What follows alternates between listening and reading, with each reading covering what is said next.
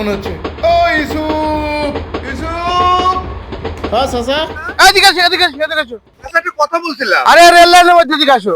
তোমাকে ডাকলাম, তুমি যে ফোনে কথা বলতে বলতে রেল লাইনে হাঁটতেছো, তুমি জানো এর ফল কি? কি চাচা, আমি তো জানি না। ইদানিং এই ভেড়ামারাতে যে ধরনের দুর্ঘটনা ঘটছে, এই রেল লাইনে মোবাইল কথা বলতে বলতে হাঁটতেছে, টিকটক করতেছে, গান গাইতেছে, আর এর ফল কি?